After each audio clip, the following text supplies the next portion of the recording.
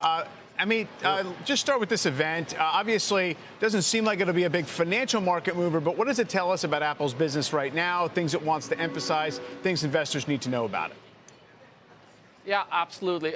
Listen, the event today is supposed to be essentially honoring the apps or outlining the best apps, the best games on the App Store right now. I do think it's relevant, right? If you think about it, they scaled away from an iPad launch that typically happens in October as an event. Instead, they're doing this bigger App Store event today. It kind of tells you the focus is shifting decidedly more and more towards the services and the monetization of the ecosystem. And hence, an event like the one today is getting more prominence versus traditionally these have been more hardware-focused events. Jeffrey, the market has certainly embraced this idea of giving Apple a higher valuation, in part because the services business is now a larger piece of the whole. Perhaps it's also that iPhone upgrade cycle seems like it's been smoothed out a little bit in terms of buying those phones on time. But I wonder how you think about the way the stock is valued right now, which is basically at its high forward price earnings multiple, basically of the iPhone era at this point. And that's part of why Apple's not our favorite investment at the moment. I think Apple does merit a higher multiple than it's commanded in the past.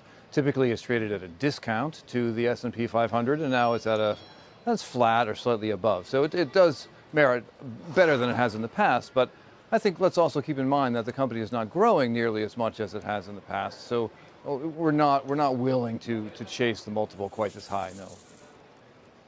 Amit, the fact that Apple is holding this event when in the past it's usually issued a press release, are there any lines to be drawn to the fact that this is one of the other big tech companies that has been facing some scrutiny, largely due to its App Store and how it has worked with developers? Yeah, I'm not sure this is quite in reaction to those concerns with antitrust issues, but I do think what this is kind of telling you is they want to nurture the App Store community, the developers more and more, and certainly giving them more primetime visibility, having their own version of, an award night just for the App Store is probably the right direction for them to go to. And the more of the services growth you see, I would argue you would see a better valuation of Apple as you go forward. And Jeffrey, do you think that there's appreciable downside risk here with Apple? I mean, you mentioned that obviously it deserves some kind of a decent valuation, but what is its next act that could become some sort of a catalyst for people to get incrementally more excited, or would it be a matter of avoiding disappointment at this point?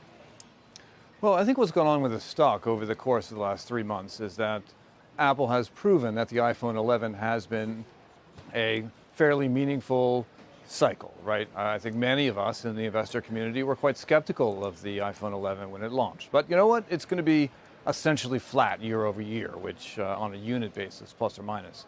So now that there's not this big hole to worry about for December, a lot of investors are free to start thinking forward until next fall when the 5G phone launches commence. And so there's a lot of hope, I think, associated with what is going to happen at this time next year. We're a little bit more balanced, I think, than many are about the success of the initial 5G phones and then the pricing of them. But I think that's generally what has propelled the stock over the course of the last few months. Amit, I just want to shift gears for a moment before we let you both go. I want to get your thoughts on Huawei. You got the Wall Street Journal report out today that the company is managing to make smartphones without American chips, basically making good on I guess you could call it a threat that they have voiced in recent months. Also reports that there could be more regulations to further restrict suppliers to Huawei as well. Is a lot of this priced into the names that you cover already, or do you think there's more pain to be had here? I would argue if you look at the broader ecosystem for networking equipment, smartphones that are tied to Huawei, there's probably more pain to be had, because I would say there's an underlying belief that as things resolve, Huawei as a big procurer, buyer of these components, will come back to the marketplace.